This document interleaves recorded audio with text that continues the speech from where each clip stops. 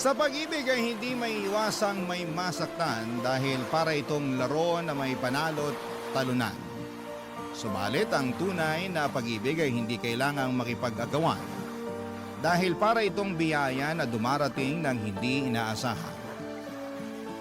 Ikaw, kabarangay, nasubukan mo na bang makipag-agawan sa ngalan ng pag-ibig?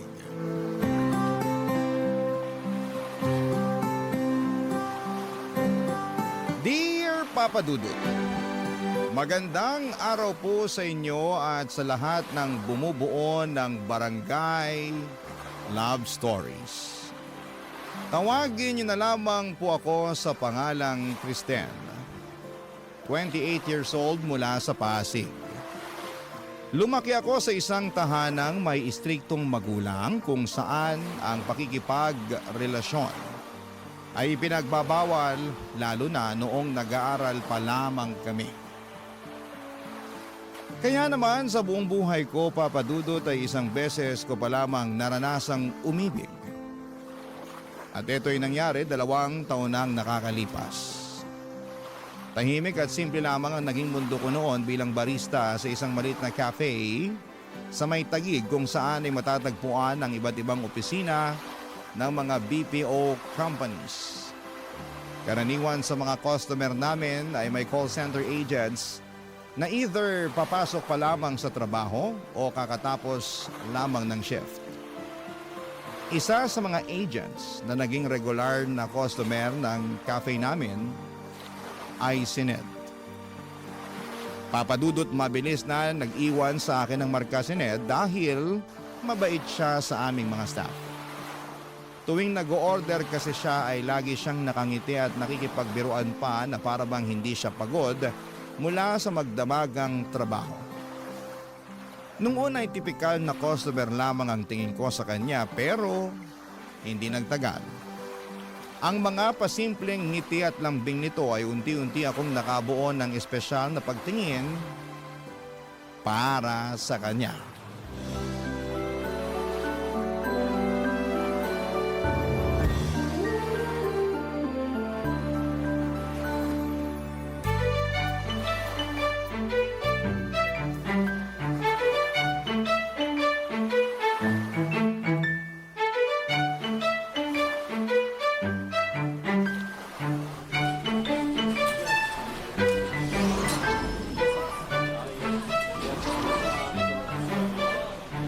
Good morning, Sir Ned! Good morning din. Mukhang ako na naman yata unang customer nyo ha. As usual, sir, kayo ulit. Ano bang dapat tawag sa inyo niyan? Early bird o night owl? Early night owl? Nawala pang tulog hanggat hindi pa nakakapagkape. Ibang klase din kayo, sir.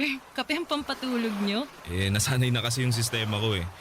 Kapag di ako nakakainom ng kape, nagtatantrum yung katawan ko. Ay, paano nga yung tantrum? Patingin? Hindi na, wag na.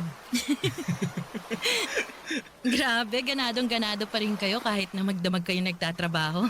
Siyempre, nakita na kita eh. Hello, si sir! Ay, ano po palang order nyo? The usual? Alam mo na yan. Isang large brewed coffee, no sugar, para diretso tulog pag uwi. 1 large brewed coffee for Sir Ned, no sugar. Anything else, sir? Wala na, yun lang. That would be 150 pesos po. Ito. I received 200 pesos. Ito po yung sukle. Salamat.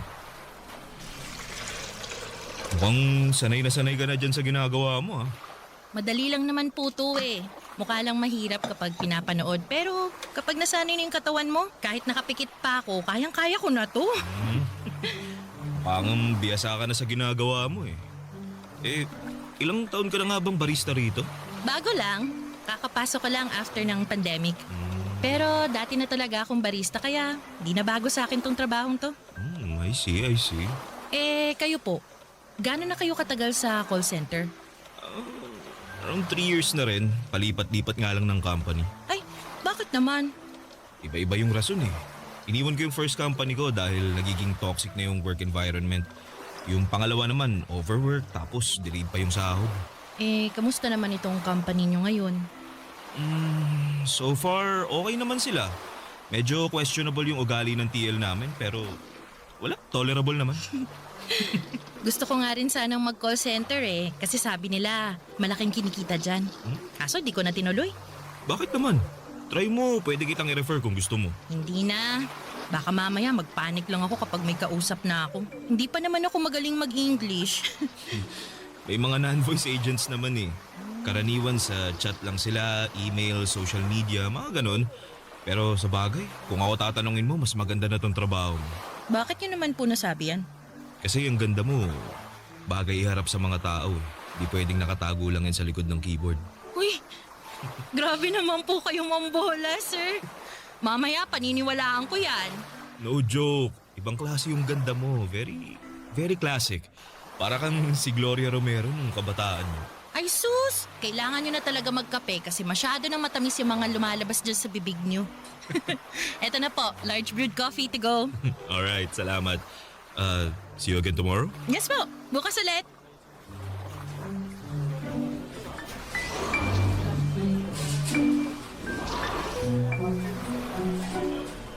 Kailangan ng kape? Kasi matamis na yung lumalabas sa bibig. Ate ko, ang corny mo makipaglandian.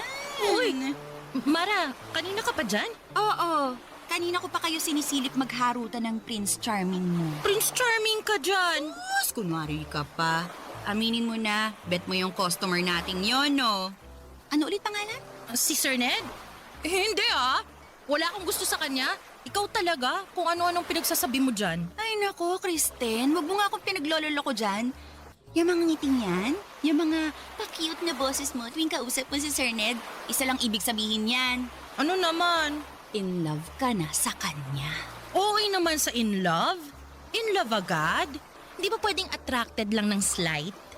Oh sige, attracted na akong attracted. At least inamin mo, na bet mo siya. To be honest, cute din naman kasi siya. Tsaka, ang gaan niyang kausap. Kaso, mukha siyang high maintenance, no? High maintenance man o hindi, isa lang ang nakikita ko based sa daily interactions nyo. May gusto kayo sa isa't isa. Hoy, ang eme mo naman. Funny pa naman ako. Funny walain.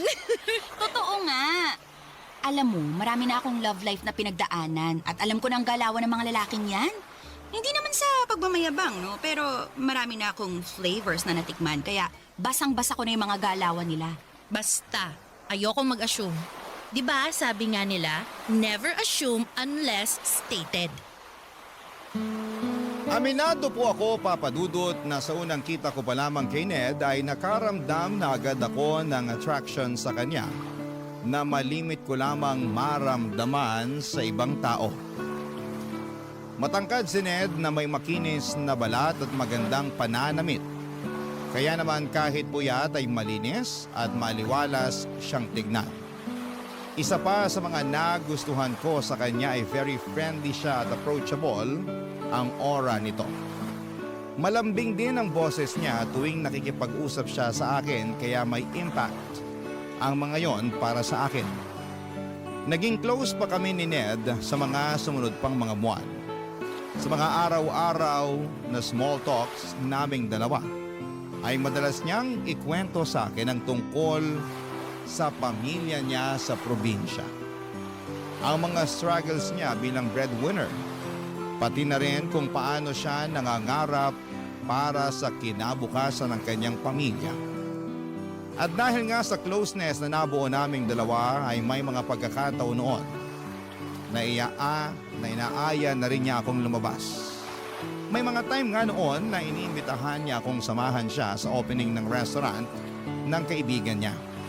Inaya din niya akong maglaro ng bowling at manood ng sine kapag nagkakasabay ang day off namin. Nung mga panahong yon, napapaisip na ako kung totoo nga ba ang sinabi sa akin ni Mara na baka nga interesado rin sa akin si Ned. At dahil never ko pang naranasan na umibig nung mga time na yon, ay hirap akong basahin ang sitwasyon naming dalawa.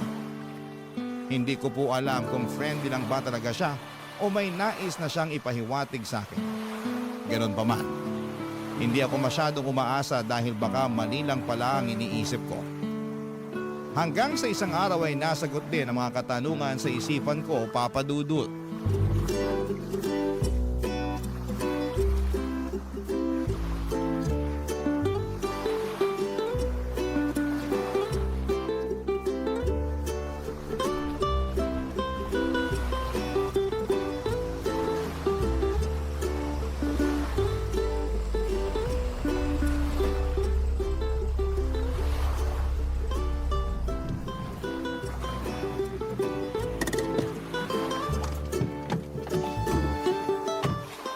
Nandito na tayo.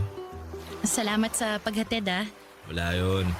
Ako nga dapat yung magpasalamat sa'yo kasi sinamahan mo ako ngayong araw. Kahit na dapat nagpapahinga ka kasi day off mo ngayon. Okay lang naman yun. Actually, nag-enjoy nga ako ngayong araw Worth it namang isacrifice yung day off ko kung ganito lang ding klaseng bonding yung kapalit. Sana araw-araw na lang day off mo, no? Para mas madalas tayong magkasama. Ay, kung mayaman lang sana ako, edi araw-arawin kong day off ko. Kaso, kailangan natin kumita ng pera para may panggala tayo. Basta ako, masaya na ako na nakikita kita araw-araw. Bonus na lang yung paglabas-labas natin. Sweet mo naman. Ikaw sinasanay mo ako sa mga ganyang banat mo. Mamaya, hahanap-hanapin ko na yan. Totoo naman kasi, di ka pa nga umaalis, namimiss na kaagad kita Grabe! Ako lang to! Totoo nga. Tuwing kasama kita, parang nagliliwanag yung mundo ko. Hala si OA. Kung makapagsalita, akala mo naman. Ay nako, mas mabuti pang pumasok na ako sa loob at baka kung saan pa mapunta tong usapan natin. Sandali lang. Pwede bang makahingi ng goodnight kiss man lang? Sa susunod na lang. Sige na, please. O sige na nga. Kahit anong klaseng kiss pa yan. Para naman masaya ako pag uwi ko. Sige, halika rito. Isa pa. Okay na yun. Sana lang. Sige na, bitin Tagalan natin kahit 3 seconds lang. Oo, sige. Last na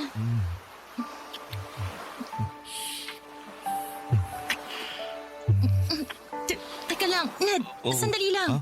Bakit? Hindi pa ako ready sa mga ganyang bagay. Pasensya ka na Sorry. Nadala lang ako.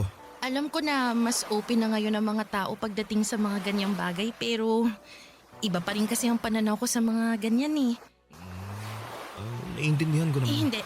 Kailangan kong i-explain sa'yo to para malinaw. Para sa akin kasi sacred yung bagay na yon. Ibibigay ko lang yung sarili ko para sa lalaking mapapangasawa ko at hindi sa kung kanino lang. So, kailangan kasal muna bago... Ganun na nga.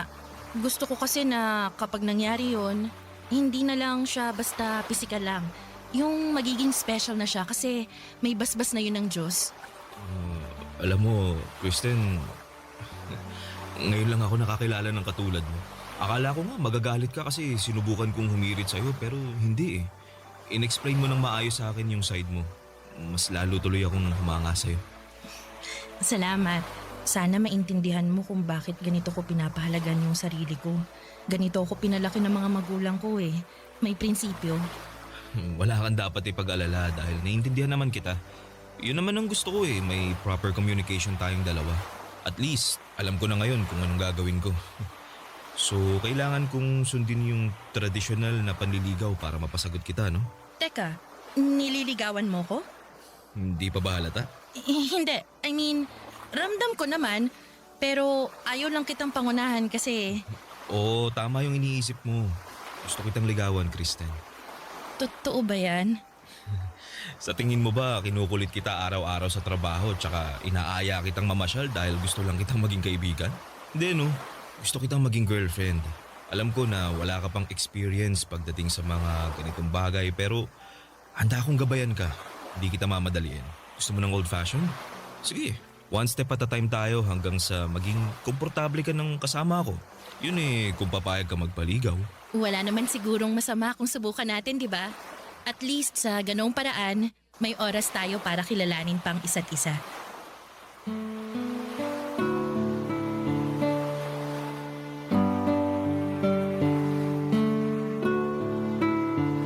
Papa Dudut, hindi na naulit pa ang pagtatangka sa akin ni Ned. Sa halip na mainis o mawala ng gana ay mas pinili niyang ipakita sa akin na kaya niyang maghintay. Doon ko napatunayan na hindi siya tulad ng ibang lalaki na basta-basta na lamang sumusuko o nagmamadali para makuha ang gusto nila. Sa mga sumunod na buwan ay nagpatuloy ang panliligaw sa akin ni Ned. Hindi para puwersahin na magkaroon kami ng relasyon, kundi para lamang makita ko kung komportable ba kami para sa isa't isa. Never ako nakaramdam ng pressure mula sa kanya. Sa halip ay ipinaramdam niya sa akin kung gaano kasaya ang pag-ibig. Kahit na noong mga panahong yon ay hindi ko pa rin naibibigay sa kanya ang inaasahan niyang relasyon. Ginawa niyang lahat para maging komportable ako sa piling niya. Binigyan niya ako ng maraming rason para pagkatiwalaan ko siya.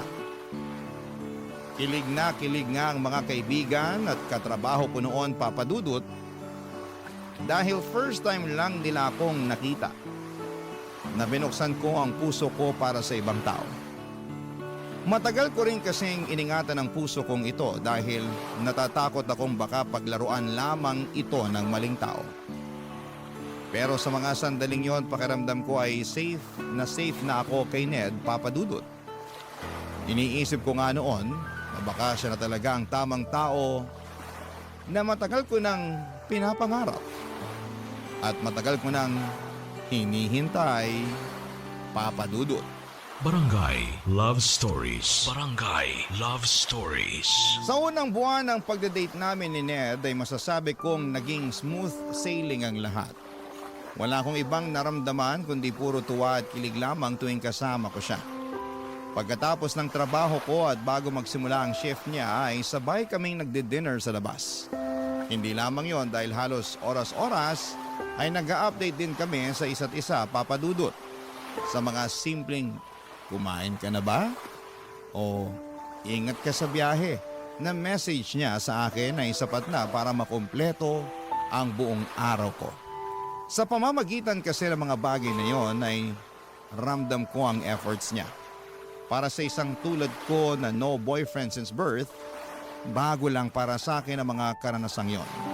Sobra akong natuwa dahil daig ko pa ang bida sa isang rom-com na pelikula.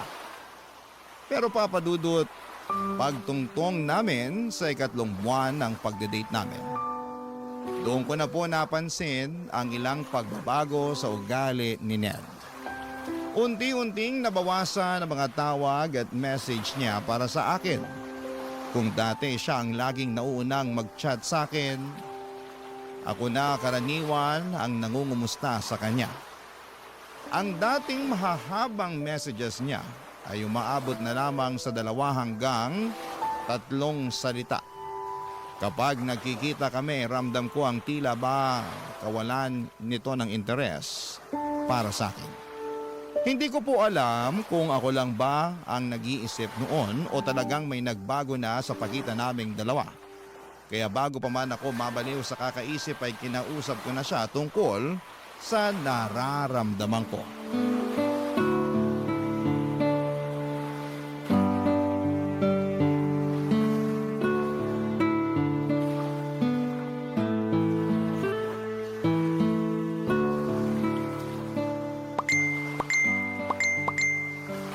Daming ka-chat ah. Ang sabi ko, ang dami mo namang kausap sa chat. Ah, yung mga kaibigan ko to. Ang kukulit daming tinatanong. Ay naku, O bakit? wala. Ngayon na nga lang tayo magkasama tapos busy ka pa dyan sa cellphone mo. Hindi naman ako laging nagsiselfone na. Tsaka saglit lang naman yung pagre-reply na ginagawa ko. O eto na, bibitawan ko na tong cellphone ko. Ano bang gusto mong gawin? Di ko alam. Ano ba kasing pinunta mo rito sa bahay? Para makasama ka, ano pa ba? Tatambay lang, ganun. Siyempre, para makapag-banding tayo. Asa na yung banding? Sorry na. Na-excite lang ako kasi ngayon lang ulit nabuhay yung GC namin eh. O sige, bumalik ka na sa GC nyo. Baka marami ka nang namimiss dyan sa usapan nyo eh. Hindi, mamaya na to. Mas importante ka kaysa sa mga kaibigan ko. Sinasabi mo lang yan para hindi ako magalit eh. Baka mamaya iniisip mo na dyan, di pa nga tayo magjowa pero pinagbabawalan na kita. Di naman yun yung iniisip ko eh. Gets ko naman yung point mo at tama ka naman. Sa'yo dapat ako nakafocus imbis na sa mga kachat ko. Pasensya na kung nasira ko yung mood mo. Huwag mo nang isipin yun. Ang mahalaga, nasasabi mo yung saloobin mo. Di ba nga ang usapan natin, i-communicate natin yung mga nararamdaman natin. Mabuti yan na nasasabi mo sa akin yung mga ginagawa ko na hindi mo gusto. At least, naaayos agad natin.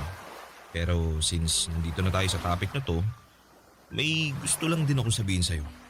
Ano yun? Hindi ako perpektong tao, Kristen.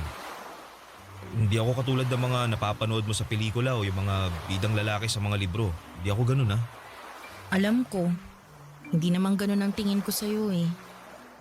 Naisip ko lang kasi na baka masyado nang mataas yung standard na sinet mo para sa akin. Baka hindi ko na tuloy maabot. Wala naman akong standard na sinet ah. Ikaw mismo ang nag-set noon. Minsan kasi napapansin ko lang na ang bilis mo yatang mairita sa akin. Tulad ngayon, kauwi lang natin galing sa labas pero parang bad mood ka na naman. Hindi naman ako bad mood. Hindi ko lang nagustuhan yung magkasama na nga tayo tapos nasa ibang tao pa yung atensyon mo. Saglit lang naman yun eh.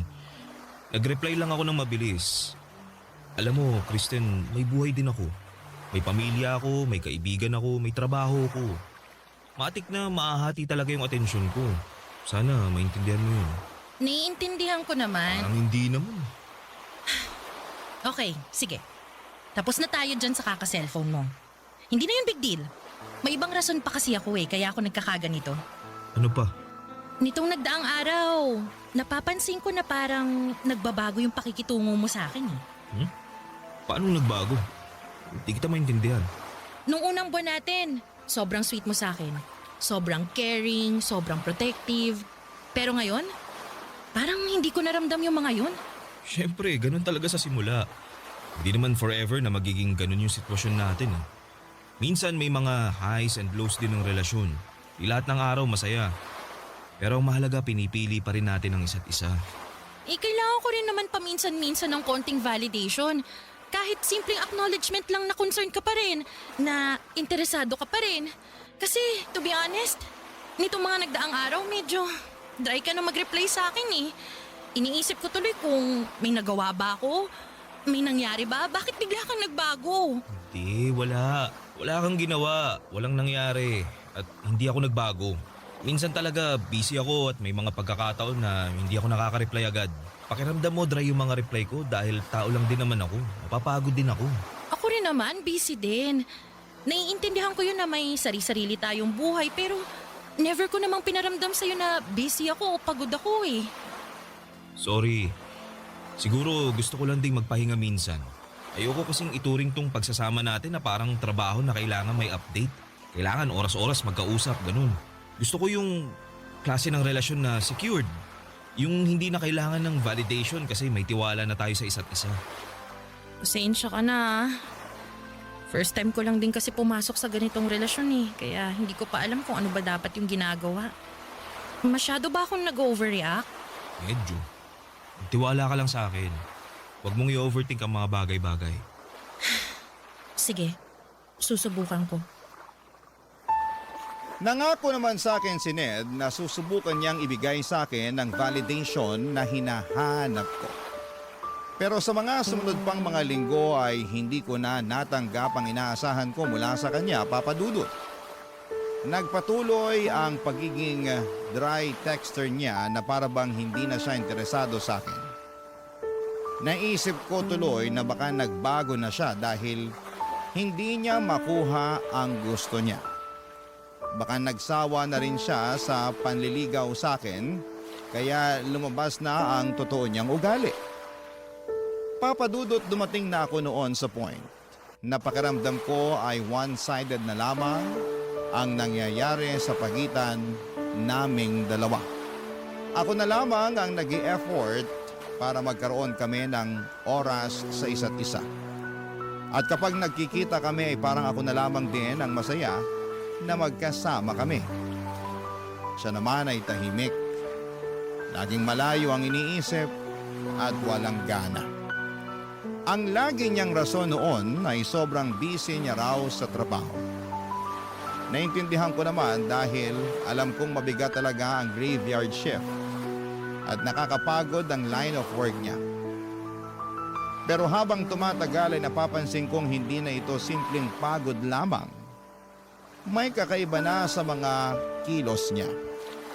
Hanggang sa dumating ang araw na nalaman ko ang totoong dahilan kung bakit biglang nagbago ang pakikitungo niya sa akin, Papa Dudut.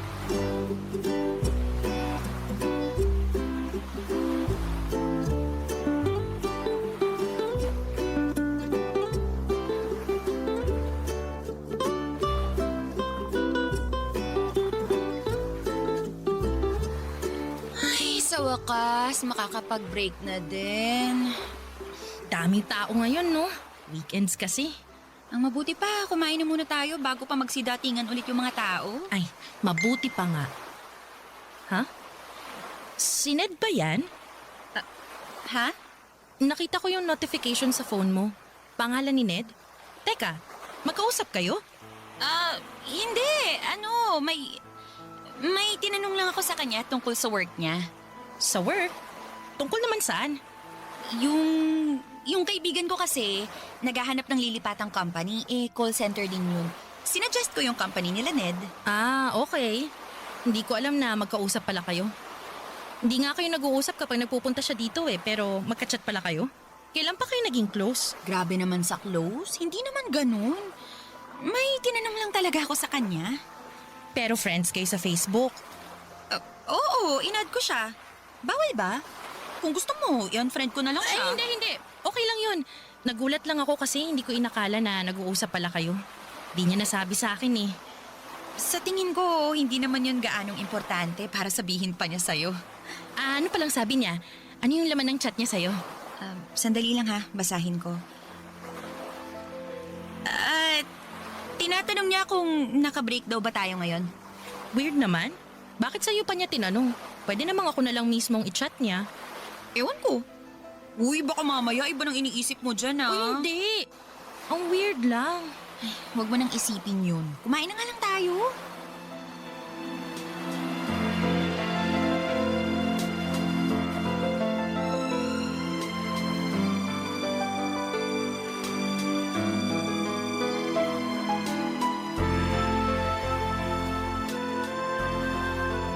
Oh, di mo yata ginagalaw yung pagkain mo.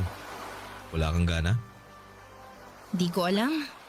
Gutom naman ako pero hindi ko ma-enjoy tong kinakain ko eh. Bakit? May problema ba? Wala naman. May bumabagabag lang sa isip ko ngayon. Ano naman? Hindi naman to big deal eh, pero nababother lang talaga ako. Magkausap pala kayo ni Mara? Mara? Oo. Nag-chat siya sa akin tungkol sa kaibigan niya. Gusto daw niyang lumipat sa company namin. Bakit ka naman nababother dun? Hindi mo kasi nabanggit sa akin na magkausap pala kayong dalawa. Wala namang masama dun eh. Nagtanong lang naman yung tao. Hanggang ngayon ba, nagkaka-chat pa rin kayo? Paminsan-minsan, nangungumusta siya. Bakit daw? Teka, nagsiselos ka ba? Hindi naman sa nagsiselos. Hindi ko lang magets kung bakit biglang naging interesado sa'yo si Mara eh. Hindi rin naman kami ganun ka-close para makapag-close siya sa'yo. May tinanong nga lang tungkol sa work, tapos naging close na kami after that. Alam mo, nagsisimula ka na naman dyan sa pag-overthink mo eh. Di maganda yan ha. Sorry na. Di ko alam kung bakit ganito ko eh. Di naman ako ganito dati. Magtiwala ka lang kasi sa akin. Yun ang wala sa'yo eh, yung tiwala. Lahat kasi ng galaw ko masyado mong binibigyan ng meaning. Lahat na nangyayari gusto mo may rason. Di lahat ng bagay kailangan ng eksplanasyon ha. Ibigay mo sa akin yung buong tiwala mo katulad ng pagtitiwala ko sa'yo. Tingnan mo, matatahimik ka. Pwede bang huwag mo na lang pansinin yung mga chat sa'yo ni Mara? Bakit naman? Wala naman kaming ginagawang masama. Para lang mapanatag ako. Kristen, di dapat ako gumagawa ng paraan para mapanatag ka. Ikaw dapat ang gumawa nun kasi sariling isip mo yung kalaban mo eh. Alam ko, pero tulungan mo naman ako. Masyado ka naman nagiging controlling yan eh. Una sa mga kaibigan ko tapos ngayon, pati mga taong kachat ko kailangan ko ring i-consider para sa'yo. Di na healthy yung ganun. Alam ko, pero please, kahit ngayon lang. Para namang wala kang tiwala sa akin sa ginagawa mo. May tiwala ako sa'yo. Pero kay Mara, wala. Araw-araw ko siyang nakakasama kaya alam ko na kung anong ugali niya. Eh di sige, oo na. Hindi ko na siya kakausapin. Masaya ka na. Wala na tuloy ako ng gana. Di pa nga tayo tapos, ganyan ka na umasta. Sorry. Nagsiselos ako ng mga panahong yon, Papa Dudut. Aminado naman ako. Nung una ay sinubukan kong baliwalain ang mga nangyayari dahil tama nga naman na wala akong dapat ikatakot kahit magkausap pa sila sa chat. Basta magtiwala lamang ako kay Ned. Pero habang tumatagal, nagsimula akong kainin ng pagdududa. Sa tuwing late mag-reply si Ned, agad kong naiisip na baka si Mara ang kausap niya. Sa bawat oras na hindi siya available, ang iniisip ko'y baka mas pinipili niyang makipag-chat kay Mara kesa sagutin ako. At kapag nakikita kong nakangiting mag-isa si Mara habang hawak ang kanyang cellphone ay kusang pumapasok sa isipan ko na baka si Ned ang dahilan ng mga ngiting yon. Dahil nga sa mga naisip kong yon, Papa Dudut, ay unti-unti kong iniiwasan si Mara. Hindi ko na siya pinapansin katulad ng dati. Naging malamig na ang pakikitungo ko sa kanya hanggang sa hindi ko na napansin na nagkaroon na pala ng tensyon sa pagitan naming dalawa. Ang dating magaan naming samahan bilang magkatrabaho ay unti-unting napalitan ng awkwardness at pananahimik. Ramdam kong nagtataka na si Mara noon kung bakit ako nagbago.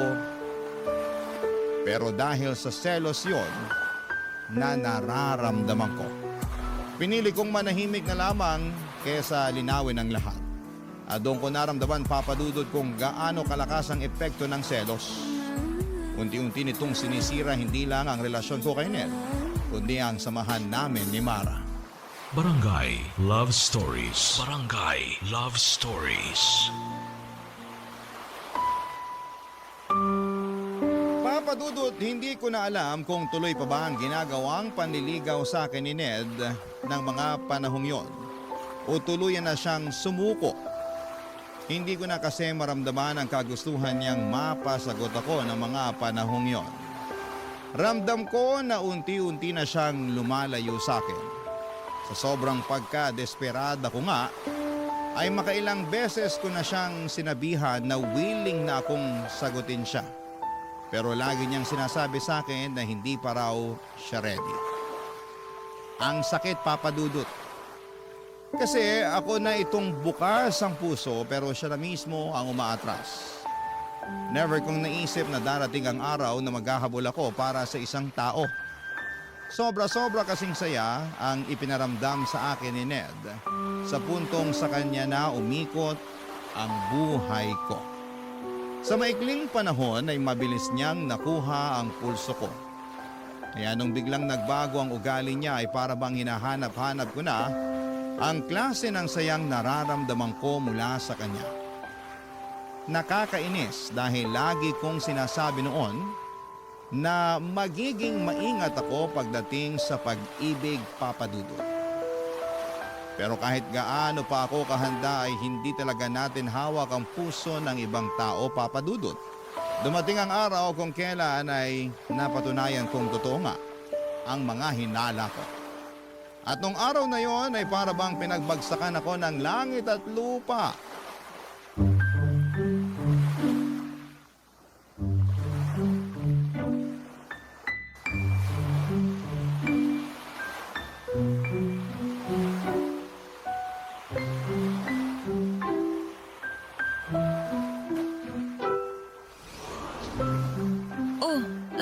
Kristen, anong ginagawa mo rito? Closed ang cafe ngayon ah. Close? Bakit daw? Ay, may pumutok na electrical wiring kagabi dun sa may kusina. Inaayos pa ngayon. Ang sabi ni boss, bukas na lang daw tayo mag-resume. Bakit naman hindi niya sinabi sa group chat? Ewan ko. Ako nga rin hindi sinabihan eh. Sayang yung pamasahe ko papunta dito. Sana natulog na lang ako. Nasaan yung mga kasama natin? Nauna nang umuwi. Di mo man lang ako minessage para sana hindi na ako pumasok. Ay, sorry, nawala sa isip ko eh. Ano, tara na? Uwi na tayo. Halika na, sabay na tayo lumabas. Mara, sira tayo flash sa CR nyo. Kristen? Anong ginagawa mo rito? Kala ko ba wala kayong pasok? Di ba dapat ako nagtatanong niyan sa'yo? Anong ginagawa mo rito? Off mo ngayon, di ba? Minessage ko siya. Pupunta daw siya sa QC eh. Kako, isabay na niya ako para makatipid. Wow! Nag-uusap pa rin pala kayo hanggang ngayon? Tungkol pala Samantalang dyan. yung message ko sa'yo kanina, hanggang ngayon hindi mo pa nasisin. Di ka man lang makapag-reply tapos makikita kong nandito ka pala kay Mara? Nasa daan na kasi ako kanina nung nag-text siya. Pagbaba ko, nawala na sa isip ko yung message mo. Kaya ayun, di na kita na-replyan. Teka, Kristen. Bakit ba? Anong meron? Issue ba yun? Bawal ba kami mag-usap ni Ned? Bakit ba kasi kayo nag-uusap? Yun ang gusto kong malaman. Anong meron? Ned, hindi mo pa ba nasasabi sa kanya? Hindi pa eh. Wala pa siyang alam. Pero ako na lang mag-i-explain sa kanya. Nagde-date kami ni Ned. Ano? Anong pinagsasasabi ng babaeng to, Ned? Mag-i-explain ako. Di ba nagde-date tayong dalawa para mas makilala pa natin ang isa't isa? Yun nga ang alam ko. Tayo yung nagde-date. So, paano napasok si Mara dito? Eh, ganun din kami ni Mara.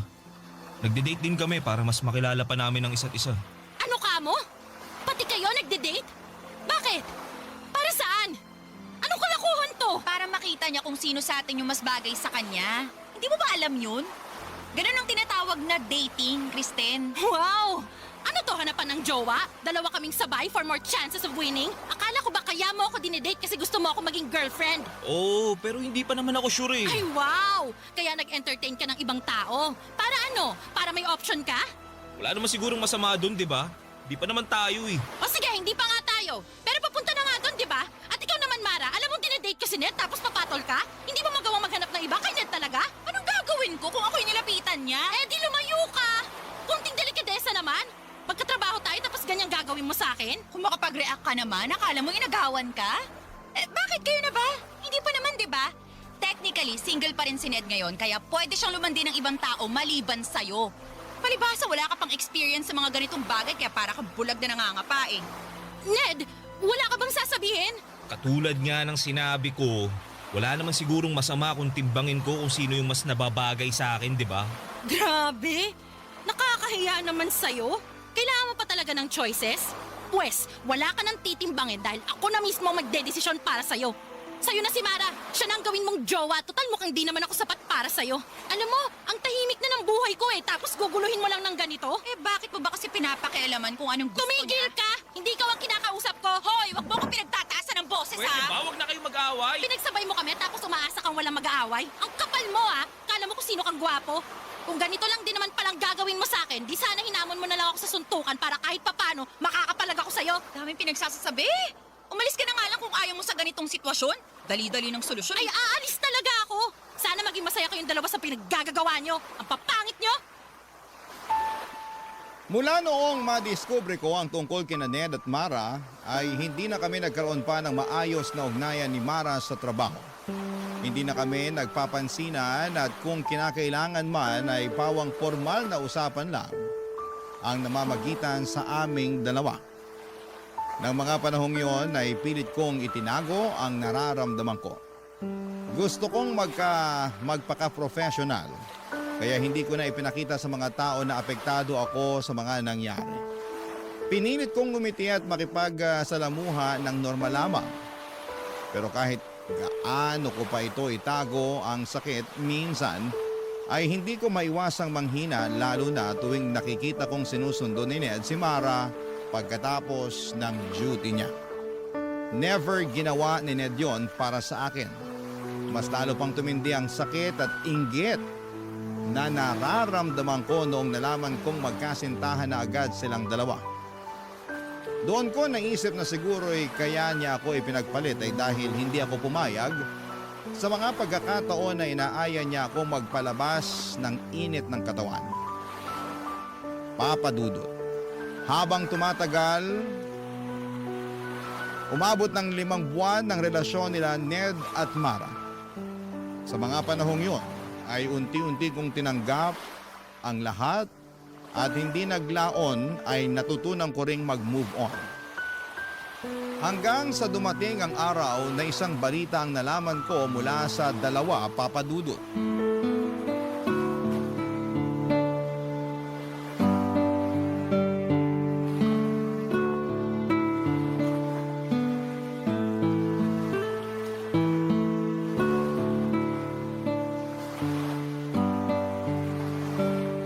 Ba naman tong counter? Dumi-dumi. Di marunong maglinis. Grabe naman makapagdabog. Ano ba problema mo? Wala akong problema. Kayo ang may problema sa akin. Ha? Anong pinagsasasabi mo? Akala nyo ba? Hindi ko naririnig yung mga sinasabi nyo sa likuran ko, ha? Alam ko na pinagchichismisan nyo ko. Una sa lahat, hindi ako kasama sa mga nangchichismis sa'yo, no? Pangalawa, wala na akong paki sa nangyayari sa buhay mo. Kaya hindi kita kailangan pagchismisan. Nagmamaang-maangan ka pa. Alam mo na nga yung nangyari. Aaminin ko, may nasagap akong balita. Hiwalay na raw kayo ni Ned? Oo, wala na kami. I'm sure masaya ka na dyan. Hindi ako ganong tao. Sus, kunwari ka pa. Alam mo, Mara, hindi naman ako masamang tao katulad ng iniisip mo eh. Oo, nasaktan ako nung naging kayo ni Ned. Pero matagal na yun. Naka-move on na ako. Actually, wala na nga akong galit na nararamdaman sa'yo eh. So, kung iniisip mo na sobrang saya ko ngayon dahil hiwalay na kayo ni Ned, pues hindi. Ano naman ang mapapala ko sa hiwalayan nyo? Wala naman eh. Karma ko na siguro to. Eh ano ba kasing nangyari? Promise, yung tungkol sa hiwalayan nyo lang talaga yung nabalitaan ko. Gusto mo lang din chumismis eh. Kung ayaw mong i-share, okay lang. Pero mas maganda yung mailabas mo yung sama ng loob mo kaysa nagdadabog ka dyan.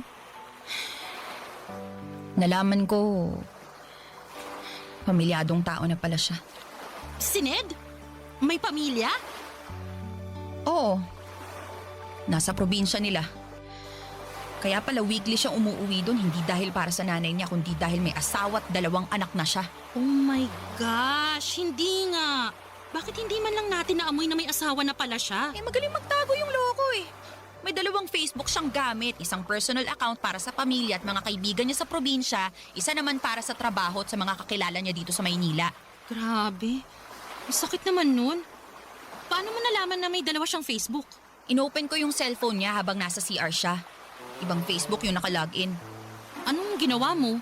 Kung ikaw tahimik na umalis, ako, hindi ako pumayag na hindi ako makabawi sa kanya. Alam mo ba kung anong ginawa ko, ha? Liga, dun tayo sa break room, ikukwento ko sa'yo.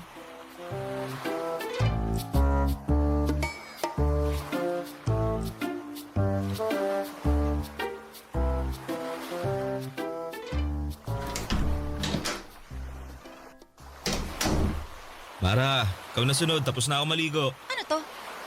Ano yan? Ba't mo hawak cellphone ko? Amin na nga yan. Tinatanong kita, ano to? Ano? Ayusin mo tanong mo para maintindihan kita. May iba ka pa palang Facebook? Ha? Wala. Wala na ako ibang Facebook. Eh ano yung nakita ko dyan sa cellphone mo? Bakit may ibang Ned dyan? Wala to. Dami account ko lang to. Dummy account? Na family picture ang nakalagay sa cover photo? Tapos nung 2019, ang profile picture mo, ikaw at yung asawa mo nung kasal nyo? Kaya magpapaliwanag ako. Ano yung papaliwanag mo? Nakabit mo ako? Kapal din ang pagmumukha mo no? Ang lakas ng loob mong landiin ako tapos all this time kabit lang pala ako? Wala namang masama basta hindi tayo mahuhuli. Anong walang masama? Ginawa mo akong kabit! Walang yaka ang kapal ng mukha mo! Lintik ka! Ang sama mo! Pinagkatiwalaan kita eh! Nasira yung pangalan ko dahil sa'yo tapos ganito ang gagawin mo sa akin? Alam mo pa kung gano'n nakapangit ang tingin sa akin ng mga katrabaho ko, ha? Tapos malalaman ko, pamilyado ka ng tao, gagawin ng pa akong kinita, hayop ka! Aray ko! Hayop ka! Tigilan mo nga ako! Minahon ka! Huwag mo akong sinisigawan na buwisit ka! Huwag kang umastang matapang sa harapan ko ngayon! Akala mo matatakot mo ako sa lakas ng boses mo, ha? Hindi! Pwede naman nating ipagpatuloy tong relasyon na... Hindi ako kabit, tandaan mo yan! Hindi ako papayag na maging kabit ng sino man, naiintindihan mo? Kaya tong relasyon na sinasabi mo, wala na to. At yung pamilyang tinatago mo, bilangin mo na masasayang araw mo dahil sisiguruhin kong makakarating to sa asawa mo. Teka lang naman, Mara. Sisirahin mo pamilya ko dahil lang nasaktan ka? Oh, bakit? Ikaw lang ba may karapatang manakit, ha? balang araw magpapasalamat sa akin ang asawa mo dahil maliligtas siya mula sa cheater na katulad mo. Sandali lang naman, Mara. Pag-usapan natin to. Kung ako sa'yo, asawa mo kausapin mo bago pa niya malaman ang totoo. Diyan ka na nga! Hayop ka!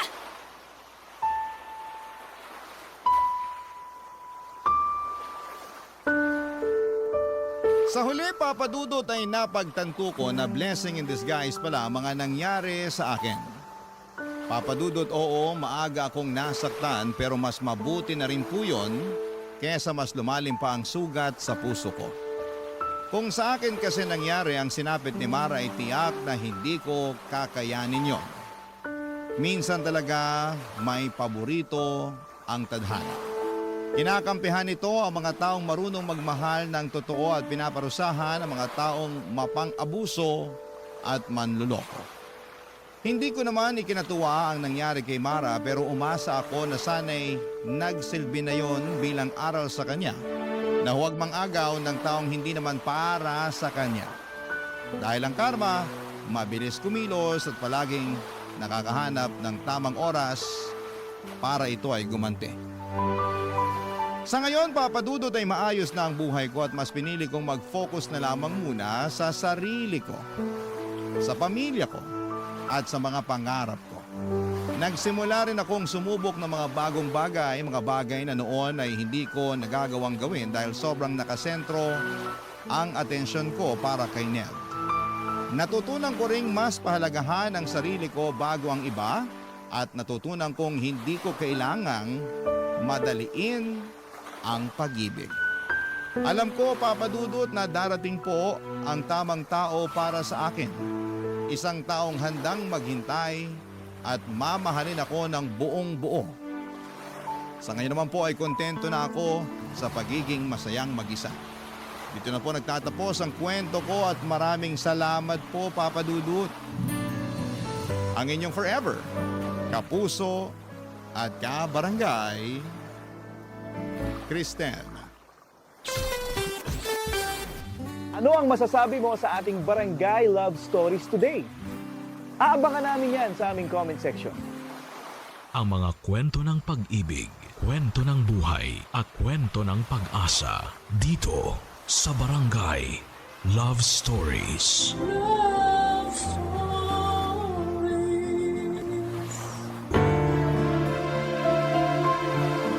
Marami sa atin ang araw-araw na nakikipagsabayan sa agos ng kahirapan. Parang walang katapusang karera habang ang presyo ng bigas, gulay at pamasahe ay pataas ng pataas. Ang sahod naman ay tila nananatiling nakaidlip. Marami ang natutong humawak sa dasal at umaasang balang araw ay makakaahon din, matitikman din ang kahit kakapiranggot na ginhawa. Ikaw, kabarangay, kailan mo nasambit sa sarili mo na all is well pa rin? Kahit halos lahat ay tila hindi na maayos. Dear Papa Dudut, ako po si Boyet, 26 years old sa ngayon, pero yung ikikwento ko po sa inyo ay parang kailan lang nangyari sa buhay ko. Bata pa lamang po ako noon, nakatira po ako sa tiyahin ko sa Cavite. Simula sanggol pa lamang ako ay sa kanya na ako lumaki. Pasalamat ako at binuhay niya ako kahit medyo malupit po siya. Naalala ko pa nga mga sigaw niya sa akin na parang bangungot sa gabi, Papa Dudut. Kaya gusto ko noon na makita ko ang nanay ko. Gusto kong kunin niya ako at magising sa bangungot na yon. Pero wala pong nanay na dumating. Ang sabi nila ay prostitute daw ang nanay ko. Matapos akong iwan sa tiyahing ko ay hindi na ako binalikan pa. Kaya walang araw na hindi ko tinatanong ang sarili ko kung mahal ba ako ng nanay ko. Kasi wala naman sigurong nanay na iniiwan lang ang anak. Kaya naman tinanggap ko rin ang sinasabi nila na patay na siya para mapanatag ang kalooban ko. Na kaya ako hindi binalikan ng nanay ko dahil wala na siya sa mundo. Walang gabi na hindi ako umiiyak noon, Papa Dudut. Tinatago ko ang pag-iyak ko dahil tinutokso nila ako na mahina daw ako. Nang payatot at iyakin. Bakit ba kapag lalaki hindi pwedeng umiyak? Tao naman tayo. marunong tayong umiyak kung nasasaktan. Dahil sa mga dinanas ko sa tiyahin ko ay nag-ipon ako ng pera galing sa pangangalakal ko. Gusto kong makaipon ng pamasahe. Gusto kong pumunta ng Maynila. Oo nga't gusto kong paniwalaan na patay na ang nanay ko para mapanatag ang loob ko na mahal niya ako at hindi iniwan. Pero may parte pa rin sa puso ko na nagsasabing buhay siya at gusto ko siyang hanapin sa syudad. Lumuwas ako ng Maynila kahit na 10 years old pa lamang ako. Daladala ko ang mga pag-asa na sana'y makita ko ang nanay ko. Nang makarating ako sa Maynila ay sobrang takot ang naramdaman ko. Ang laki-laki, ang lawak at ang lahat ng tao ay parang hindi ko mapagkakatiwalaan. Unang gabi ko ay tumambay lamang ako sa labas ng simbahan. Hindi ko na matandaan kung anong simbahan yon. Pero nagdasal ako na sana'y gabayan niya ako. At sana'y walang mangyaring masama sa akin at makita ko ang nanay ko. Nagdaan ang maraming araw, linggo at buwan hanggang sa nakilala ko si Manong sa isang squatter sa Makati, Papa Dudut.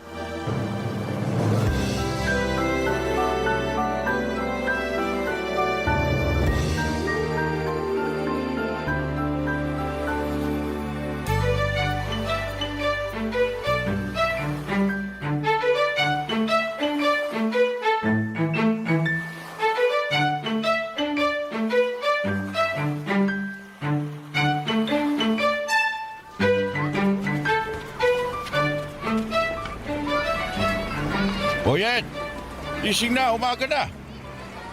Manong, Talagang bata ka. Dapat sanayin mo yung sarili mong gumising na maaga. Alam mo namang salat tayo sa pera. Kailangan nating kumayod. Alam mo yung kasabihang early worm early bird catches the worm. O, tinuro yun ng teacher ko dati. nakapag-aral po kayo, Manong? Ba, syempre. Graduate ako ng elementary. Pero di na ako high school. Bakit po? Ako na yung ini-interview mo eh. Medya ka ba? Ano po yung medya? Yung nagre-report. Yung nagbabalita sa TV. Saka sa radyo. Sila yung nagsasabi ng totoo. Oh, di ba? Alam nila yung totoo eh. Oh, kapag sa kanila po ako magtatanong kung kilala nila nanay ko, sasabihin nila sa akin. Eh nako, Boyet. Yan ang hindi ko alam. Malamang hindi rin nila alam. Ang hirap naman kasi nung tanong mo eh. Eh siguro wala na talaga nanay ko. Manalig ka. Huwag mawala ng pag-asa. Opo. Asya, inumin mo na tong tinimpla kong gatas habang mainit pa. Salamat po, Manong ah. Parang kayo na nga po tatay ko eh. Talaga ba? Tatay yung tingin mo sa akin? Opo. Di ba yung mga tatay nag-aalaga sa mga anak nila? Eh, pinagtitimplan niyo ako ng gatas eh. Ginising niyo ako para lang ipainom sa akin to. Ay nako, sige na. Oh. Ako na tatay mo. Pero Manong pa rin yung itawag mo sa akin ha. Baka pagkamalan talaga akong anak kita. Hindi na ako makapanligaw niyan. Opo, Manong. Eh yan, mabuti nang nagkakaintindihan tayo. Eh, Manong, salamat po sa pagkukup niyo sa akin ha. Kung hindi dahil sa inyo, baka patay na ako. Wala akong makain nun eh. Naisipan ko na nga magnakaw dahil sa gutom eh. Pero nandun kayo. Eh, mabuti naman, hindi ka nagnakaw. Alam mo, marami nang magnanakaw na nakaupo sa pwesto. Kaya hindi umuusad yung buhay dito sa Pilipinas dahil sa kanila eh. Talaga po, Manong? Oo, yun ang sabi ng teacher ko dati dun sa elementary. Tanda ko pa nga, kailangan daw mag-aral para hindi mauto ng mga politiko. Kaya ikaw, mag-aral ka sa susunod na pasukan. Opo, sige po. Mayos ka. Kita mo naman dito, maraming halang ang kaluluwa kasi salat sa buhay. Walang makain. Sabi ko naman sa'yo na mag-ingat ka rito kasi tuso ang mga tao. Hindi natin masisisi kasi pinagkaitan ng mga tao dito. Hindi mo masisisi na ganito yung ugali ng mga tao kasi walang-wala. Kailangan mabuhay. Kaya ikaw, mag-aaral ka. Opo, Manong. Oh, mayos ka, Boyet ha. Dapat asal tao, di hayop. Ibig sabihin nun, maging mabait lang ako. Wala mo na pa pala eh. Pero, maiba ako. Talaga bang ayaw mo nang bumalik dun sa kamag-anak mo sa Cavite? Ayoko na po, Manong. Eh, baka may ginawa kang masama, kaya ka naglayas. Ayoko talaga sa tao yung sinungaling eh. Manong, hindi po ako nagsisinungaling. Gusto ko po talagang makita ang nanay ko. Hindi ko nga lang po alam kung saan ko siya hahanapin pero andito daw po siya sa Maynila. Napakalaki ng Maynila. Di po, may picture naman po ako ng nanay ko eh. Kung makikita ko siya, sigurado makikilala ko yun. Eh dapat kapag nakita ka niya, maging proud siya sa'yo. Kaya mag-aral ka sa susunod na pasukan, ha? Opo, masusunod po. Papa Dudut, nakatira kami sa pinagtagpi-tagpingyero pero ramdam kong nakahanap ako ng tatay sa piling ni Manong. Kahit walang maayos na bahay, mainit, marumi, pero para sa akin ay may pag-asa dahil kay Manong. Matandang binata si Manong, wala siyang asawa at wala ding anak. Dahil wala nga siyang anak, kaya ko na ang itinuring niya na parang sarili niyang anak. Ang sabi niya, sa lugar na gaya ng squatter ay tuso ang mga tao. Hindi dahil masama sila, kundi dahil lahat ng tao sa paligid ay pinagkaitan. Walang araw at gabi na hindi na ako pinapangaralan.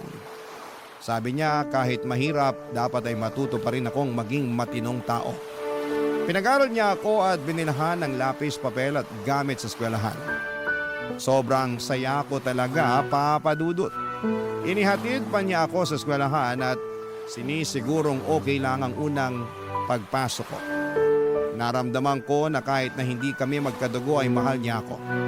Ngunit tulad ng karamihan sa mga bata ay naging pasaway din po ako.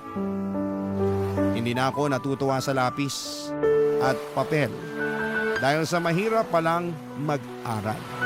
At marami akong nakakaaway na kaklase ko at maging sa ibang section at grade. Hindi naging safe sa akin ang eskwelahan dahil isa pala siyang malaking arena na samot-saring mga bata na iba-iba ang ugali.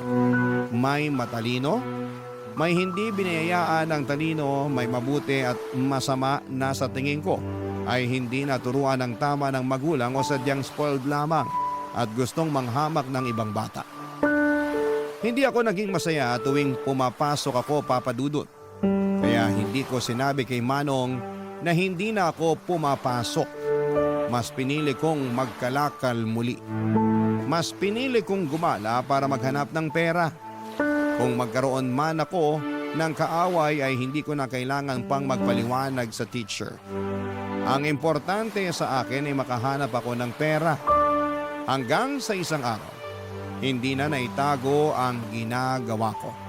Pinatawag pala si Mano ng teacher ko na hindi ko alam. At sa gabing pag-uwi niya ay nakita kong galit na galit si Manong sa akin, Papa Dudut.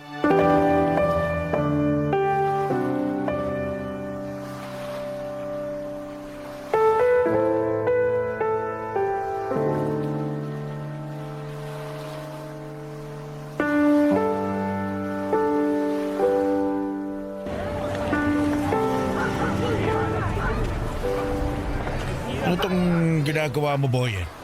Bakit hindi ka pumasok, ha? Pumapasok po ako, Manong. Alam mo ba na ang sinungaling ay kapatid ng magnanakaw? Ayokong lumaki kang maging masamang tao, ha?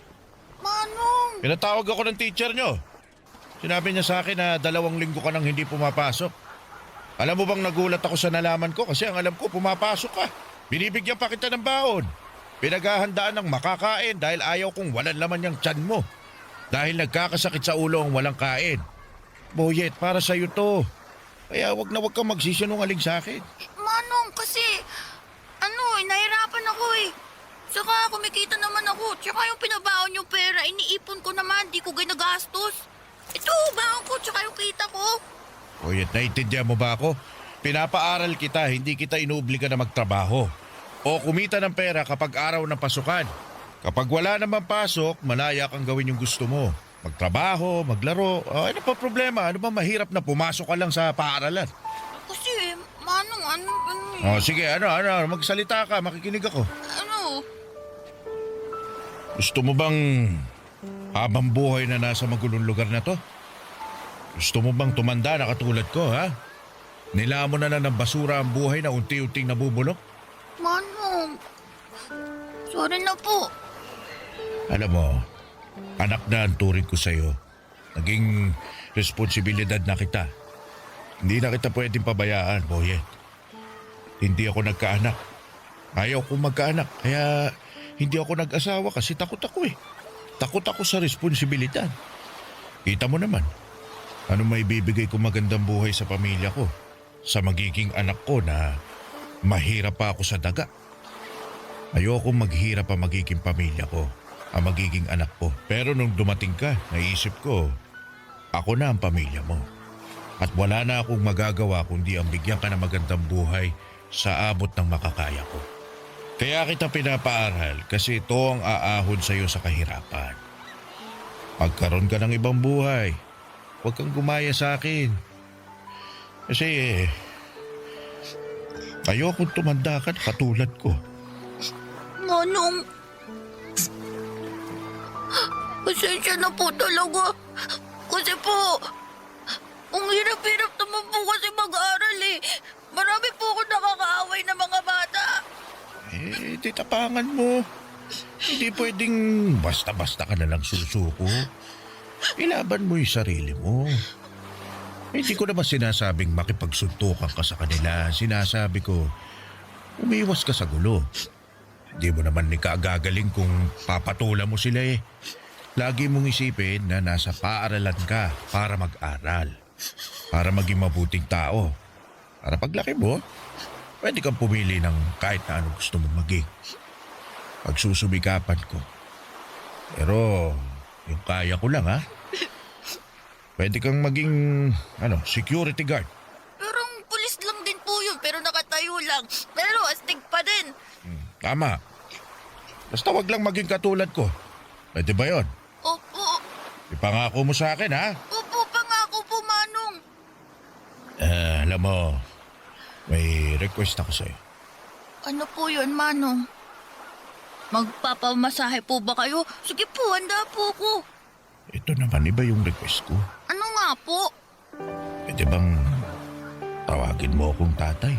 Po? Ayaw mo ba? Naku, gusto ko po. Gusto ko. Tatay.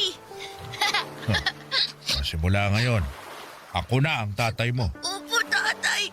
Gusto ko umakyat sa stage kasama mo kapag graduation mo na, ha? Ano po yung graduation? Kapag tapos ka na ng elementarya. Tapos ka na rin ng high school. Tsaka kapag magka-college ka na. Ang dami po palang graduation, no? Ang dami ko po palang pag-aaralan. Ba't ganyan yung mukha mo? Masasabi mo lang kanina, pinangako mo mag-aaral ka mabuti. Wala na, pasubo lang po ko eh. Basta nandito lang ako. Naalalayan kita. Salamat po. Nang gabing yon ay hindi ako makatulog, Papa Dudut. Sobrang mahal ako ni tatay. Pinili niya akong kupkupin at pinili niyang ituwid ang buhay ko.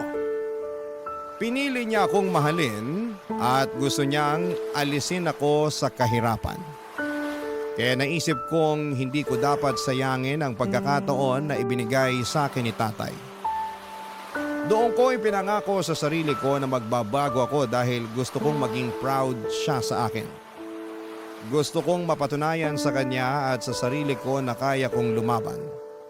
Kahit mahirap, kahit galing sa basura, ay may mararating din sa buhay.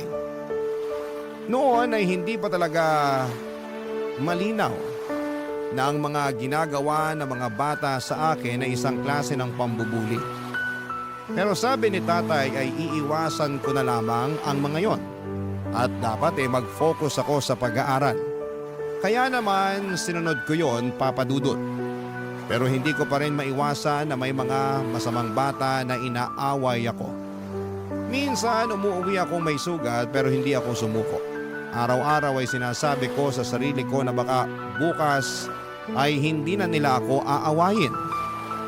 Bawat pagpasok ko sa school ay parati akong nagdarasal na sana'y walang mambubuli sa akin at sana'y hindi ako pagagalitan ng teacher dahil hindi ko na naman naintindihan ang mga itinuro niya.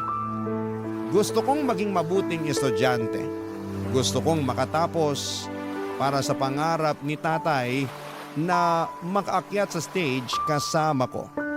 At syempre, naging pangarap ko na rin talagang makagraduate, Papa Dudut. Barangay Love Stories. Barangay Love Stories. Papa Dudut, araw-araw kong pinapatatag ang sarili ko. Ang nasa isip ko na lamang ay huwag biguin ang sarili ko at ang tatay na matupad ang pangarap naming dalawa. Kahit na walang araw na hindi talaga ako nilalapitan ng mga bully ay tuloy lamang ako sa pagsusumika para makuha ang diploma sa elementarya. Paunti-unti lang ang goal at doon ako nakafocus. Tinapangan ko talaga sa bawat pagsikat ng araw at sabi ko na sa gabi, wala na naman ang mga bully at kasama ko naman si tatay. Pero ayun na nga, sa school ay sobrang hinahamak talaga ako. Kesyo nakatira ako sa basura, sa squatter, nangangalakal at ang baon ko ay galing daw sa basura. Kahit ano pang sabihin nila, iniisip ko na lamang na may pera naman sa basura at may pupuntahan itong pagsusumikap ko sa pag-aaral. Ngunit isang araw, ibang bully naman ang dumating. Nagkasakit si tatay, ibang klase palang bully ang sakit. Kailangan mo ring tapangan at buksain para magpatuloy sa buhay.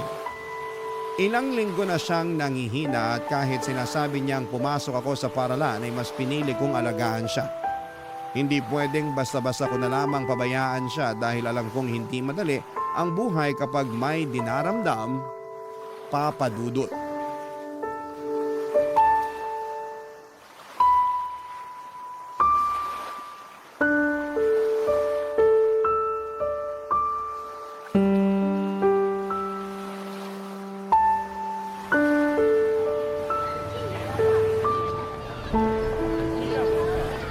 Tay, dahan-dahan lang po.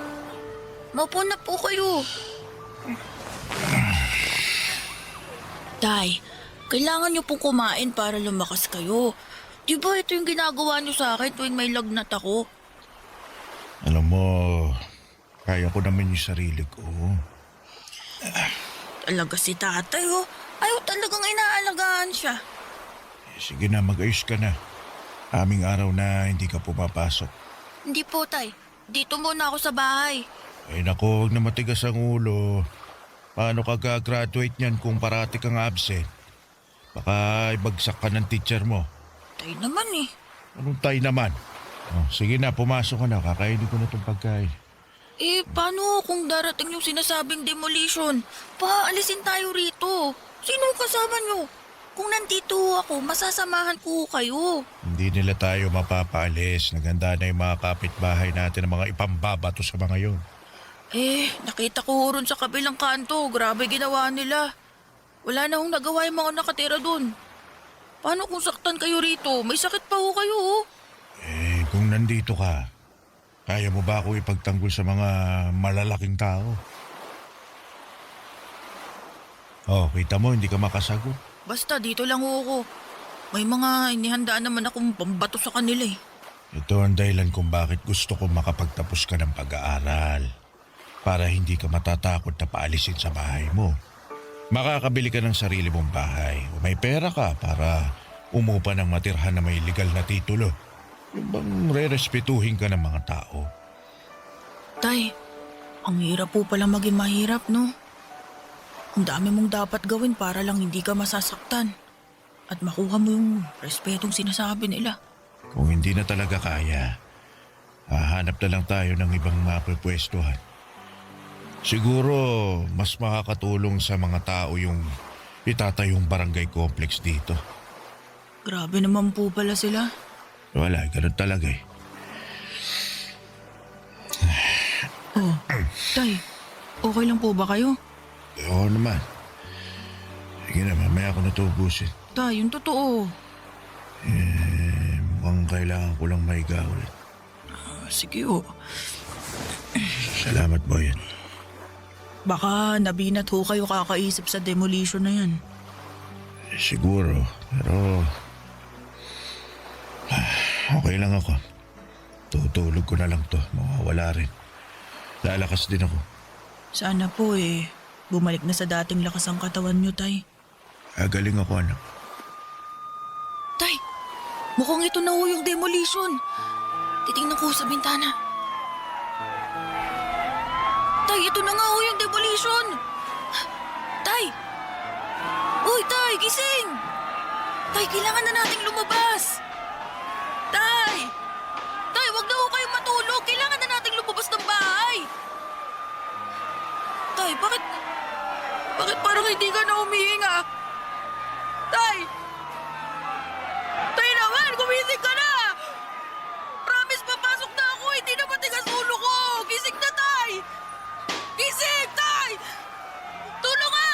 Ang tatay ko! Tulong! Tulungan niyo ako! Tay, hindi ka pwede mawala. Akyat pa tayo sa stage sa graduation ko. Tay! Tay, wag mo ko iwan! Tay! Tay! Tay! Papa Dudut, sobrang sakit balikan ng araw na yon.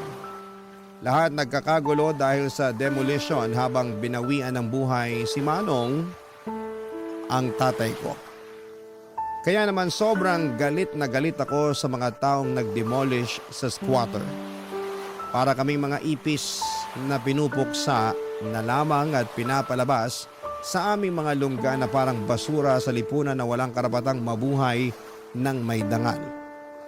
Tandang-tanda ko na kahit na hindi man natuloy yung sabi nilang end of the world noong 2012, para sa akin ay parang natapos at gumuho talaga ang mundo. Hindi ko alam kung kaya ko bang mabuhay na wala si tatay. Bakit ganon sila sa mahihirap? Pinapalis nila sa lupang yon para tayuan nila ng barangay hall, health center at basketball court. Bakit hindi kami tulungan na bigyan ng marangal na buhay? Nagsumikap kami araw-araw at hindi po kami batugan.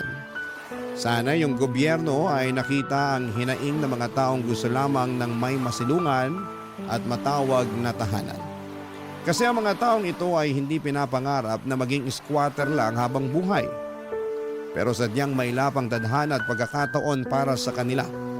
Mahirap ang buhay. Mahirap makaahon sa kahirapan. Kahit sobrang sakit sa loob ko kasi hindi ko matutupad yung pangarap namin ni tatay, huminto ako sa pag-aaral kasi kailangan kong unahin ang kalam ng sikmura ko kesa sa pag-aaral. Pasalamat na lang ako dahil sa paghihikayat ni tatay na mag-aral ako ay natuto naman akong magbasa at magsulat. Pero syempre hindi ganon kalawak ang pag-intindi ko sa mga bagay-bagay. Basic lang at marunong din akong magbilang kaya alam kong humawak ng pera. At dumating ang isang bagay na masasabi kong mas malaki ang kikitain ko kesa sa pangangalakal. Ibang kalakal na ang ginagawa ko kahit 15 years old ako noon. Pinasok ko ang pagbebenta ng katawan. Nagbigay ako ng aliw sa mga parokyano. Wala akong pinipili. Tama. Nagaya ko sa nanay ko. Ang kaibahan lang ay hindi ako nabubuntis kasi lalaki ako. Sa bago kong trabaho ay nakagawa ako ng sarili kong maliit na bahay sa isang squatter din. At sa bawat oras, hindi ko makakalimutan si tatay. Parating pabalik-balik sa utak ko ang sinabi niya sa akin na kailangang maiba ang buhay ko. Hindi pwedeng mabubulok ako sa squatter. Kalaunan ay nakapagtrabaho ako sa bar at doon ko nakilala si Nelia na naging girlfriend ko. Pareho kaming hamak na isang mamitang nagbibigay sa amin ng customer.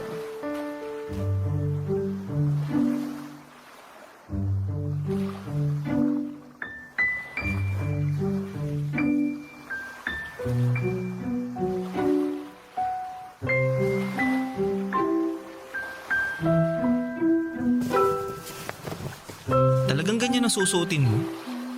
Masyadong maiksi naman, babe. Babe naman, parati mo na lang akong sinasaway. Sa trabaho natin, kailangan presentable tayo. Alam mo naman, puhunan natin ang ating mga mukha at katawan. Dapat maayos ang forma natin, no? Alam ko naman yun, pero sana... Ay naku, sana naman kaya ito mapupunta. Ayokong makipagtalo sa'yo ha. Ay, ayokong malasin ang gabi natin. Nelia, hihingi sana ako sa'yo ng pabor eh. Ayan ka na naman. Gusto mo talaga maging manang ako sa harap nila? Paano ako kikita ng pera? Paano tayo makakaipon? Paano natin mababayaran tong upa sa bahay? Sabihin mo nga sa akin, babe. Alam ko naman yan. Ang sa akin lang, sana bawas-bawasan mo yung pagtanggap ng customer na... Na ano? Na ikakama ako. Diretsahin mo na. Babe, bago pa lang tayo maging tayo, ganito na trabaho ko. Ganito na si Nelia. Ganito na trabaho ko. Isang babaeng bayaran. At ganyan ka na rin. Ito talagang ayaw ko eh. Kapag ikaw pwedeng mangialam, kapag ako hindi. Iba kasi yung... Anong pinagkaiba? Pareho lang naman tayong nagbebenta ng katawan, Boyet. Kailangan natin to kasi hindi tayo nakatapos ng pag-aaral. Wala tayong makukuhang ibang trabaho na magbibigay sa atin ng malaking datong. Wala! Kaya wag na natin pag-usapan to. Ang mahalaga, mag-ingat tayo sa ginagawa natin. Pasensya na talaga. Hindi ko lang maiwasang magselos eh. Nako, hindi nakakain ng selos-selos na yan. At wag ka nga magselos. Trabaho lang naman lahat ng to eh. Parang artista. Aarte ka lang. Paghusayan mo gaya ng gusto ng customer. Tapos, di ba ganyan din naman ang ginagawa mo? Sa bagay. Iniisip ko lang na nagamit man nila ang katawan ko. Pero hindi naman ang kaluluwa ko. Ang lalim naman nun, babe. Kaya sana maipasa ko yung exam ko. Para makatapos ako kahit senior high man lang. Para makahanap din ako ng ibang trabahong matino. Gusto ko na kung magkaanak man tayo balang araw, magiging maayos na ang buhay natin. Mabibigay ko sa magiging anak natin ang buhay na maganda. Yung hindi naghihirap. Yung kaya natin suportahan kung ano yung gusto niya. Pag-aaralin natin yun hanggang kolehiyo. Ang taas talaga ng pangarap mo, babe. Pero tama. Ayaw ko rin maranasan ng magiging anak natin ang hirap sa buhay. Naghihirap na nga tayo. Ipapamana pa ba natin sa kanilang ganitong buhay?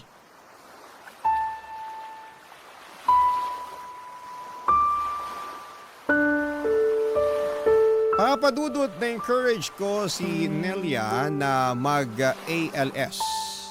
Sinubukan niya talaga, papadudot. Maraming beses na parang gusto na niyang sumuko pero parati ko pa rin siyang sinasabihan na para ito sa aming dalawa. Para pwede naming sabihin na may pinag-aralan kami. Pero dumating ang 2020, nagka-pandemic. Naging isang dagok ito para sa amin at maging sa mga kababayan natin. Naging mahirap ang buhay at nawalan kami ng customer kasi nga ay nasa bahay lahat ng tao. Ang daming restrictions. Pati ang ipon namin ay naubos dahil wala talagang trabaho. Naisipan ko na lamang kung talaga bang may Panginoon kasi puro pahirap na lamang ang naranasan ko. Nagsusumikap naman ako sa buhay pero parang ang hirap pa rin. Paano kaya kami magso-survive? Paano ang isang tulad naming dukha ang kakayaning mabuhay sa gitna ng pandemya na walang trabaho? Ang hirap talaga, papadudot. Nakakadurog ng puso ang sitwasyon, nakakapanghina ng loob na para bang inalisan na naman kami ng pagkakataong mabuhay. Ang hirap po maging mahirap at ang masakit ay maraming tao ang tingin sa amin ay palamunin.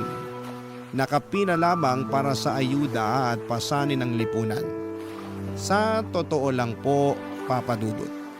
Gusto kong hingin na sana'y magkapalit kami ng buhay para malaman niyang nagtatrabaho kami para mabuhay. Pero sadyang mailapang kapalaran sa kagaya naming salat sa buhay. Barangay Love Stories. Barangay Love Stories. Hindi naging maganda ang pagsasama naming dalawa dahil sa sitwasyon, papadudot. Ang hirap ng walang pera, walang customer, and mahirap ang buhay sa panahon ng pandemic. At dahil nga sa mga restrictions ay nawalan kami ng hanap buhay. Siguro hindi lang kami, marami sa ating kababayan. Sana nga ay yun na ang huling pandemic sa mundo. At dahil nga sa hirap ay parati kaming nag-aaway at mainit ang ulo. Totoong nakaka-high blood ang walang pera. Pero nang malift ang mga restrictions ay unti-unting bumalik ang lahat. Nagkaroon na ulit kami ng trabaho at magkahiwalay kami ng bar. Nagkikita na lamang kami tuwing umuuwi ng bahay at ang importante ay magkasama pa rin kami. At gaya nga ng dati ay balik kami sa dating gawi, ang pagbebenta ng panandaliang aliw. Ang kumita ng pera, ang magtrabaho na kahit para sa iba'y mabaho pa sa basurang ginagawa namin. Para sa akin ay wala akong pakialam dahil wala naman akong inaapakang tao. Wala akong hinahamak. Gusto ko lang kumita ng pera pero isang umaga'y nagulat ako nang umuwi si Nelia sa bahay, Papa Dudut.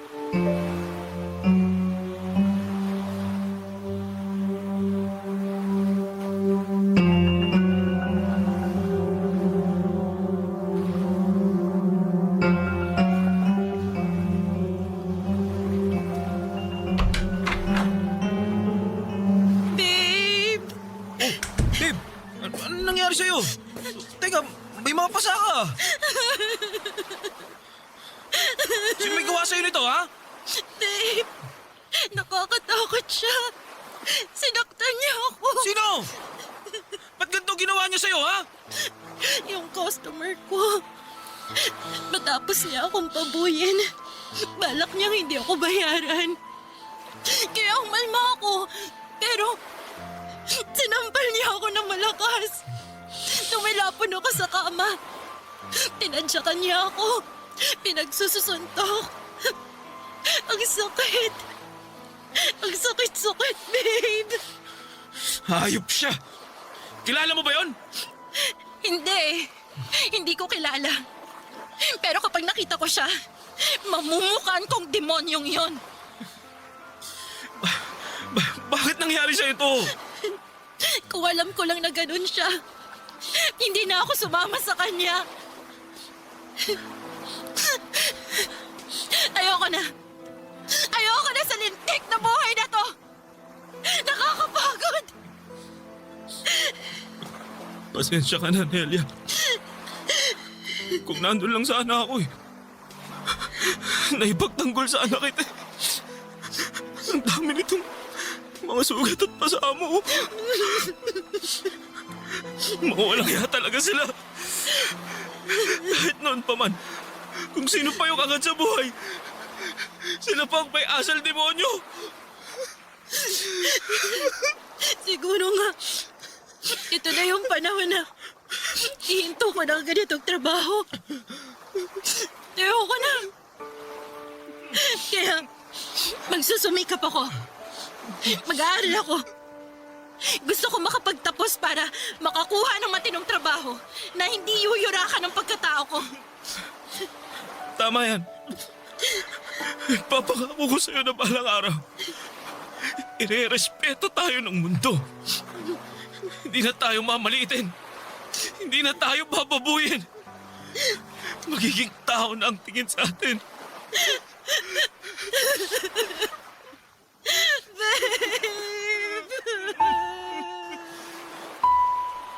Ilang linggo ring nagpagaling si Nelia sa mga natamo niyang sugat at pasa, Papa Dudut. Sobrang nakakagulat na may tao talagang gagawa ng ganon. Pasalamat na lang ako at hindi niya tinuluyan. Nakakasama pa rin ng loob. Bagamat masaya pa rin ako dahil nakakasama ko pa rin ang babaeng mahal ko. Pareho kami nag-aral sa ALS hanggang sa graduate ako ng senior high school. Kaya hindi pa rin ako makaalis sa trabahong pagbibigay aliw, Papa Dudut. Kailangan ko pa rin ng pera para sa training ko bilang security guard. Sabi ko sa sarili ko na malapit na talaga at makakawala na rin ako sa kadena ng kahirapan. Pero nagkaroon ng problema. Nilagnat ako at ilang araw nang hindi ito gumagaling. Nagsilabasan na rin ang mga rashes sa aking katawan at ang lalapan ng ubo ko. Dahil sa halos hindi ako makapagtrabaho na ay napilitan akong pumunta sa health center. At natuklasan ko ang isang nakakagulat na katotohanan na ayaw kong marinig. Nang mga oras na yon ay parang nag-flashback lahat ng hirap na pinagdaanan ko. Ang iniwan ako ng aking ina, ang pangungutya ng tiyahing ko kaya ako lumayas sa Cavite, ang pagiging palaboy sa lungsod, ang pagkupkup sa akin ni Tatay Manong, ang kanyang mga pangaral at pangarap na makapagtapos ako at maging security guard. Ang oras nang mawala siya sa buhay ko.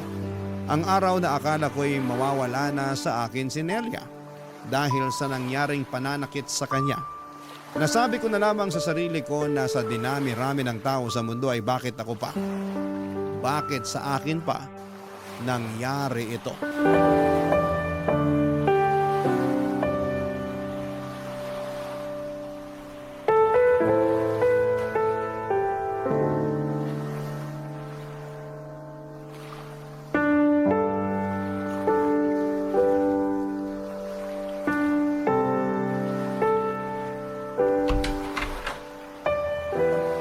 Babe, ang tagal mo namang bumalik. Akala ko kung napano ka na. Halika, kumain ka. Babe, bakit parang tulala ka? Anong sabi ng doktor? Na-check ka ba? Nakapunta ka ba sa center? Naku, sana pumayag kang samahan kita. Pwede ko namang isarado muna tong tindahan eh. Boyet? Bakit? Akala ko, malapit ko na matupad ang pangarap ko eh. Akala ko magiging security guard na ako. Magiging maayos ang buhay ko. Teka, ano bang nangyari? Doon ako galing sa center. Sumailalim ako sa mga test. Anong resulta? Ano bang test ang ginawa nila sa'yo? Alam mo, gusto ko sanang ilihim pero karapatan mong malaman ng totoo kasi pagkarelasyon tayo. At baka... Ano bang nangyayari? Pinapakaba mo naman ako eh. Magsalita ka, Boyet. Iniisip ko kung saan ko kaya nakuha to. Naalala ko, may naging customer ako. Ayaw niya maglagay ng protection. Malaki ang binayad niya sa akin. Pumayag na ako. Kasi isang beses lang naman eh. Teka, huwag mo sabihin nagpositibo ka. Patawarin mo ako, Nelia. Bakit mo ginawa yan? Akala ko kasi, Roy. Ibig sabihin, hindi.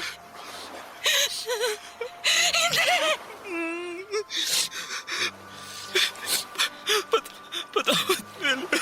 Patawad.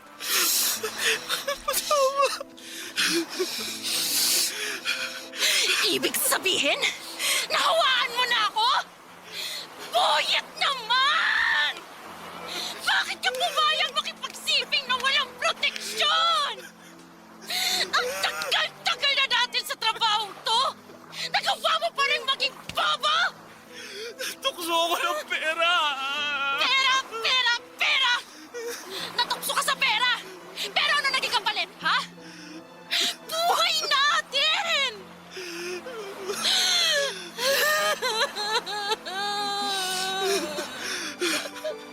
Ayoko, Boyet! Ayoko magkasakit!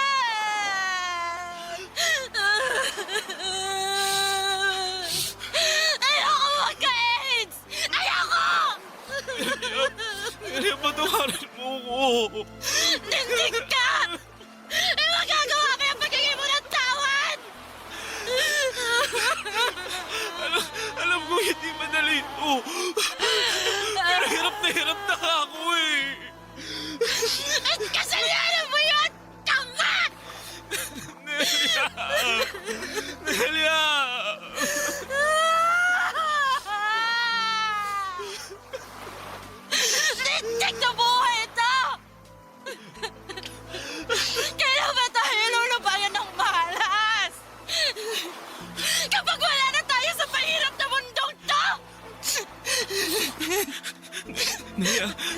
Nelia, hindi tayo mamamatay. Ha? Sabi ng doktor, hindi ito katapusan ng buhay natin. Sabi niya, pumunta ka rin sa center para mapatest ka rin. Pareho natin gagamutin ang mga sarili natin. Malalabanan natin to. Lalaban tayo, Nelia. Lalaban tayo, Nelia. Ha? Lalaban tayo.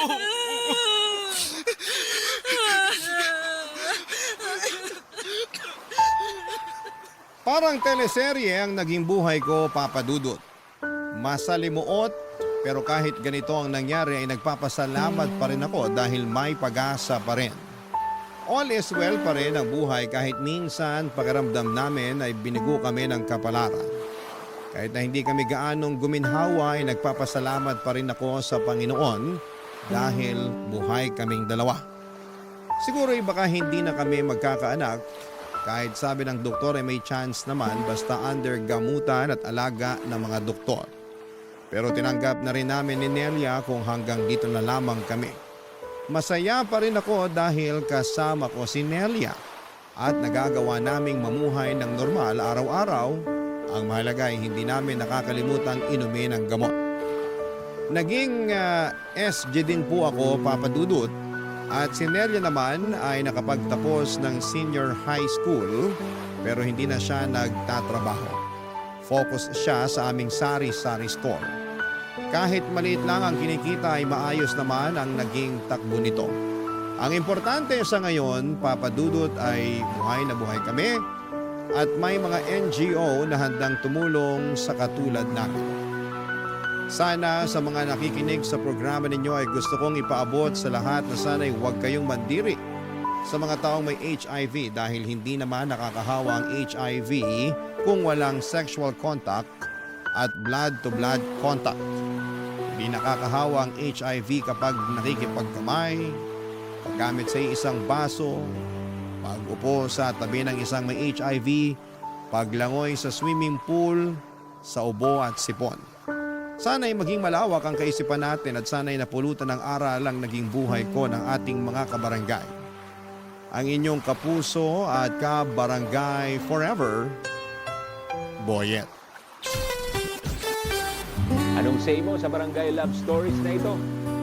Pagkwentuhan natin sa comment section yan.